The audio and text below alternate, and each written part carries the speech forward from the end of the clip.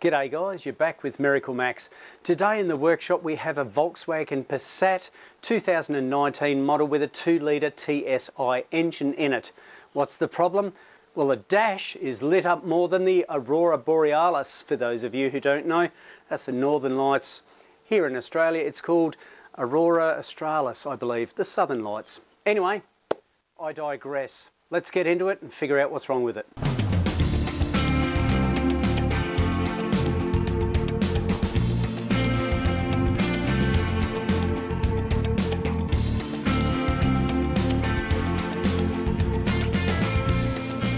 Driving this back to the workshop, I could confirm the customer's complaint. This thing was all a bit weird. Let's start it up and see what lights are actually on the dash. We have error stop-start system. We have a brake light over there. ABS is out. What else have we got? We got flashing lights at hill. Hold assist is not happy. It's not happy with lane assist.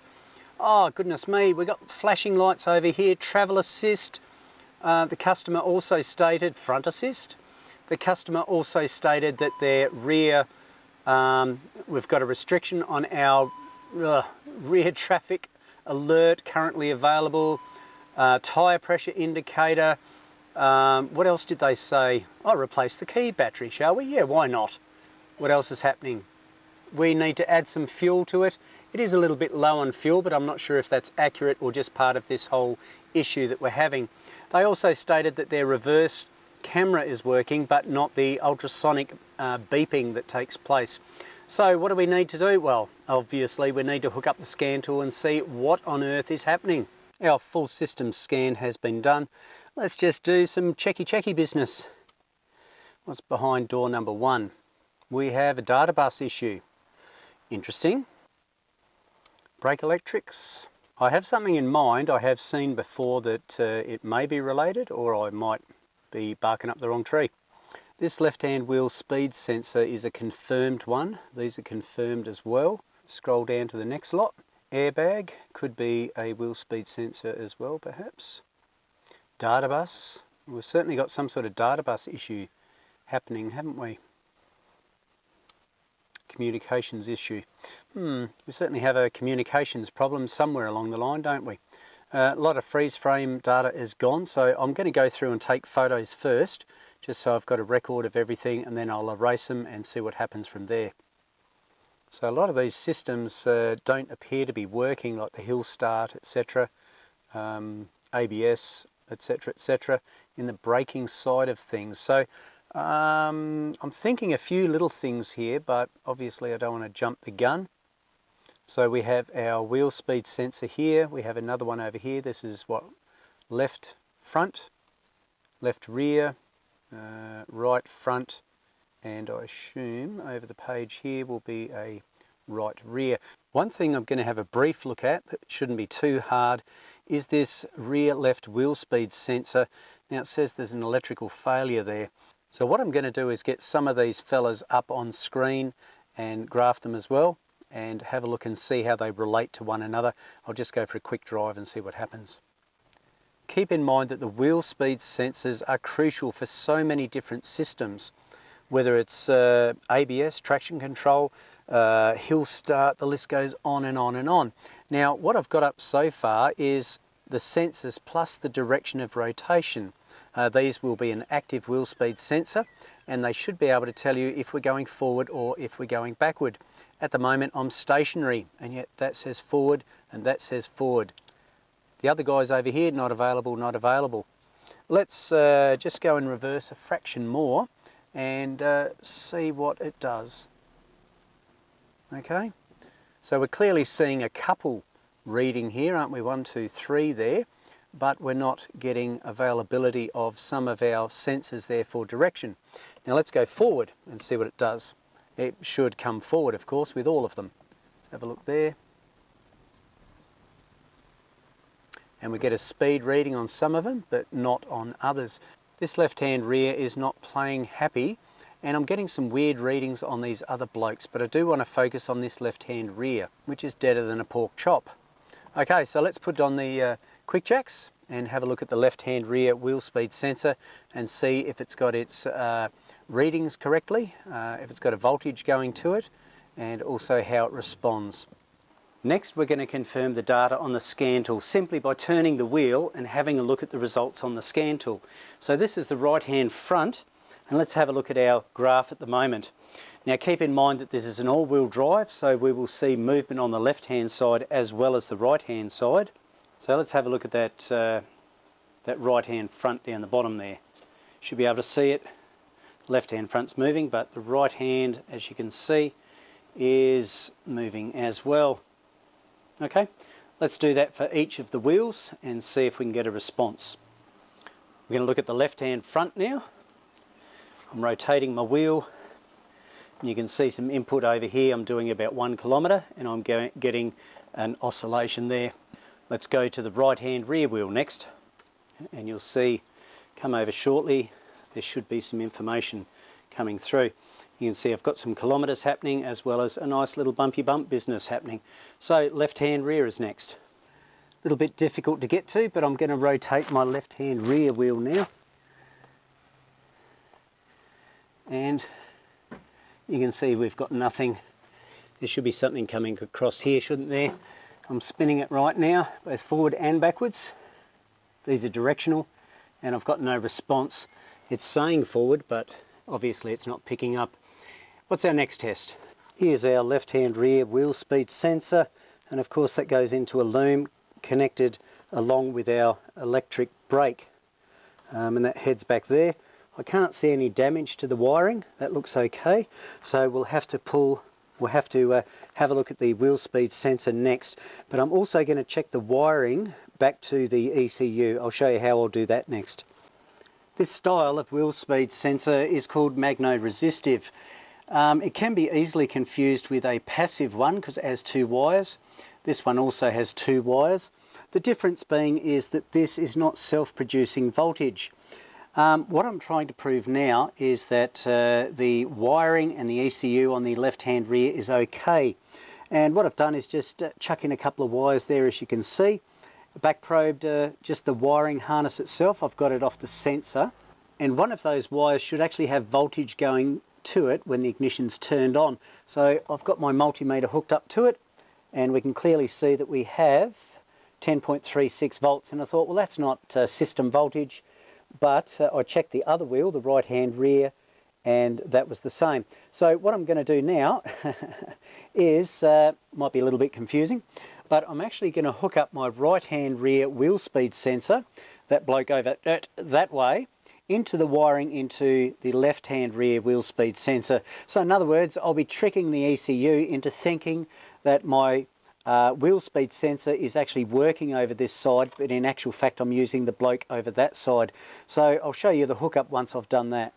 Yes, I know my wiring's a bit butt ugly, but as long as it does the job. You can see that I've got some jumper wires going from the left-hand rear wiring loom across to the right-hand rear wheel speed. Just get that out of the road, Max. Across to the right-hand rear wheel speed sensor.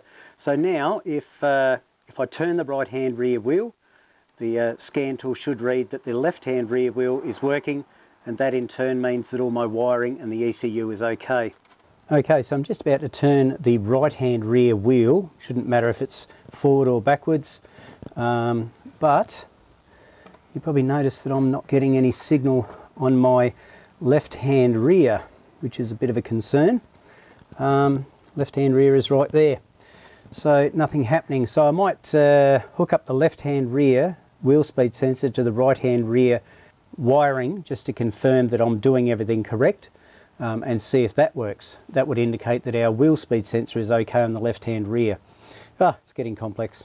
This is the left-hand rear wheel, and I'm trying to prove the integrity of the actual wheel speed sensor. So I've hooked up the left-hand rear wheel speed sensor to the right-hand rear wiring loom. Oh my goodness me, it gets confusing.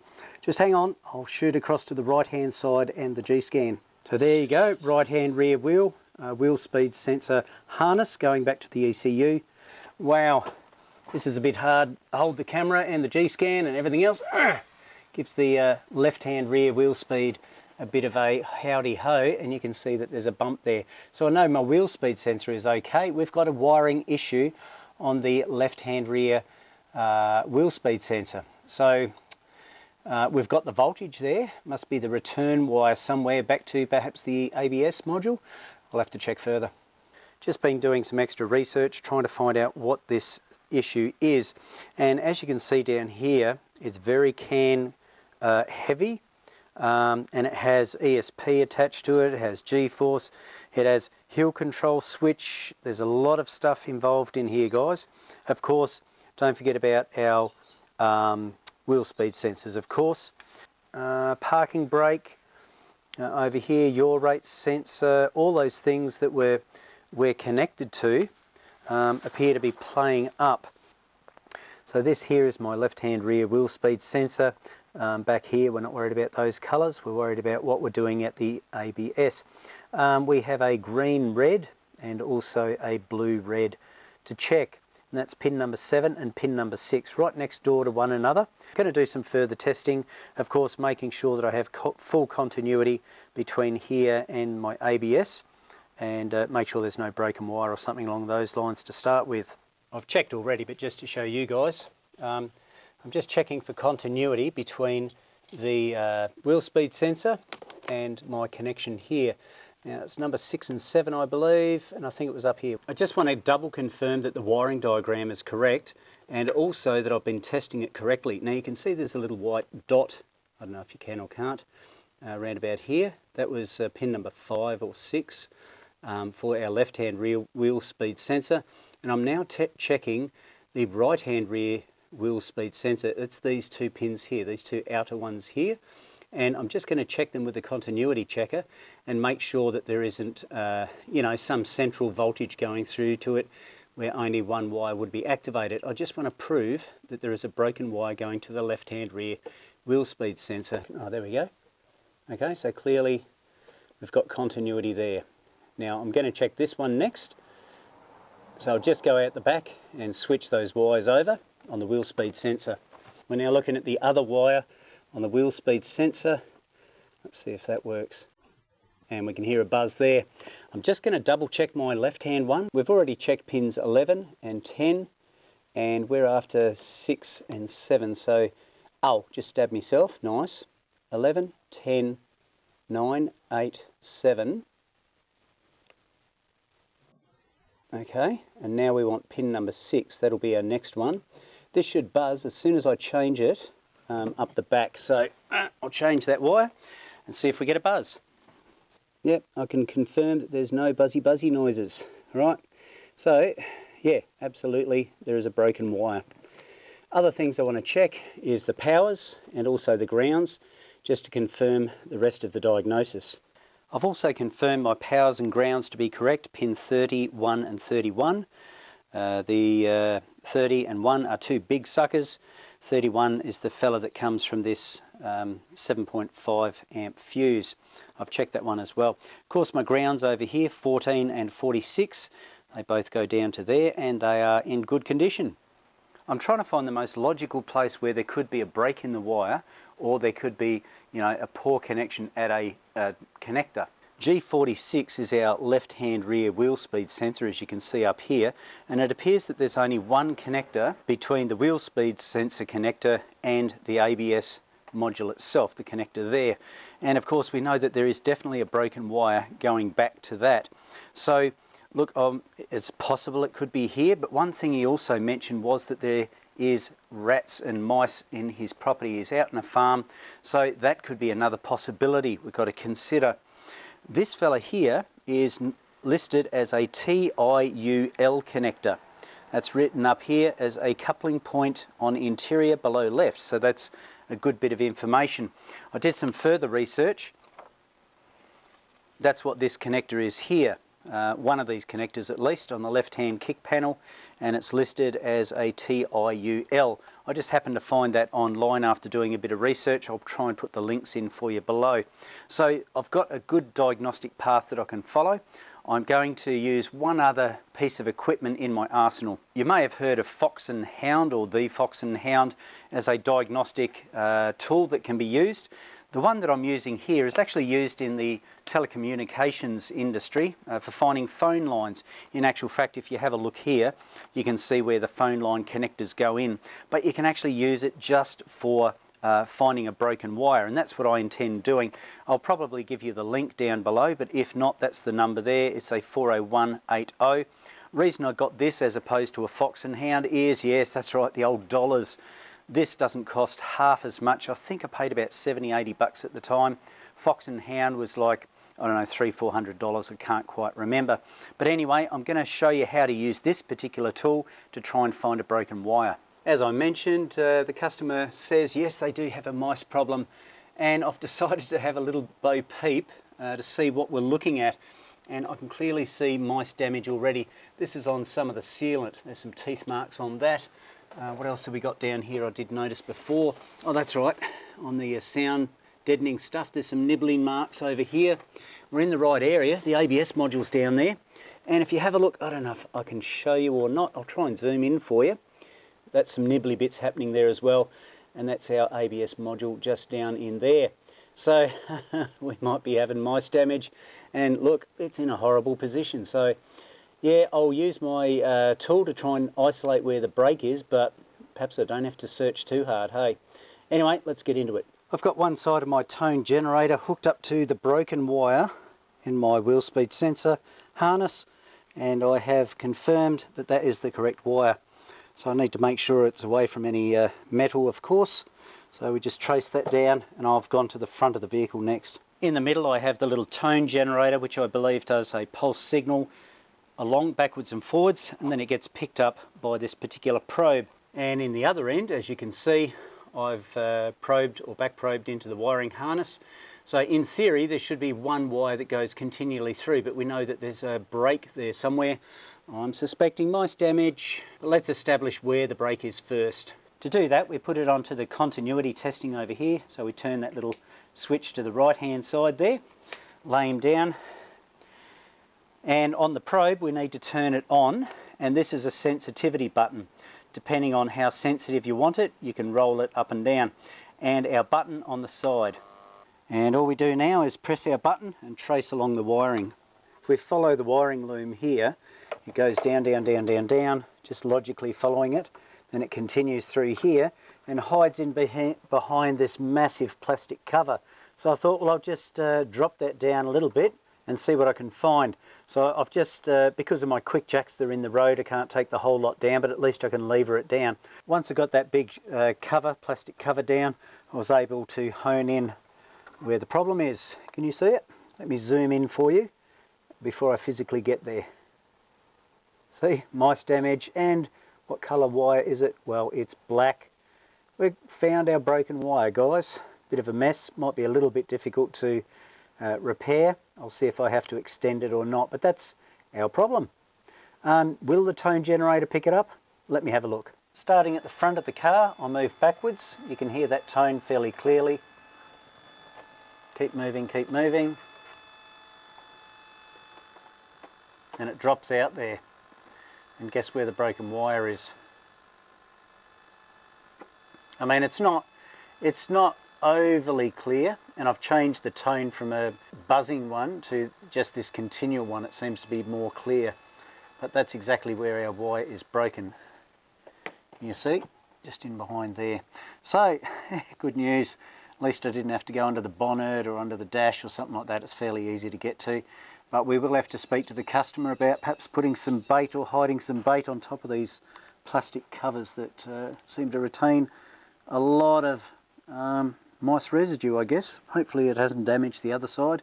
I decided to use some of these heat shrink joiners. I don't know if that's what they're called, but you just heat them up. They've got a bit of solder in the middle, and they've got some insulation that you heat up, and that seals the wire so it doesn't get any air in to create corrosion, etc. But that's what I did right there, and hopefully it works okay. I've given her the old tuggeroo test, and that's fine. Of course I'll tape all this up. I can't fix the shroud though, that's going to be exposed, but all this wiring will be wrapped up in tape. Let's have a look at the other side. Only use the other side as an appetizer. Perhaps they were hanging out for the main course on this one, but yeah, no nibbly bits on that bloke, so it's all good. So yeah, I'll tape that up, put the cover back on, and then we'll do some testing to make sure that we have full continuity, get rid of those fault codes, yada yada yada. And with that troublesome pin number 6, let's have a look and see if it's connected now. I put yellow on it to identify it. Good continuity. Took a while, but got there in the end. Everything is buttoned up together now, put back together nicely. I'm happy with how it came back together, but they've definitely had some mice damage inside the vehicle as well. I may just put up a couple of photos so you can see. This was the undercover under the glove box, so some little fella's been in there. Doesn't appear to have done too much damage because that wasn't the issue. Anywho, let's see if this vehicle starts even before I clear the codes. Some of this should disappear, so let's just get our on button happening and see what it has to say for us. Currently unavailable, lane assist, no, it's still playing up. Let's just start it and see what it does though, hey. I may have to clear all those codes. Yeah, so it hasn't got any flashing lights on the dash anymore, which is excellent. So let's clear out those codes and take it for a road test and see how it works out. After a thorough road test, I have a clean bill of health. Very happy about that. I will let the customer know that it's done and we will deliver it to him and hopefully he will be happy. There's another job done, guys. Once I started to understand how a magneto-resistive wheel speed sensor works, it affects all those systems, and the system will not play along nicely even if there's one wheel speed sensor that's playing up. Of course, there was quite a bit of mice damage, which threw me a bit of a curveball as well, because I was heading that way and that way trying to find where the mice damage was, but ultimately we found the little sucker. They're going to have to do something about their furry friends because they're going to continue to damage this really nice vehicle, 2019, and I'm sure they don't want to see it damaged. I hope you got something from the video today, guys, and if you did and you haven't already, please subscribe to the channel, give it a like, and feel free to comment down below. Of course, you can connect with us as well on Facebook and Instagram. It's in the description down below. Don't forget about that notification bell. You don't want to miss any future videos. So guys, until next time, this is Miracle Max signing off. I will catch you later.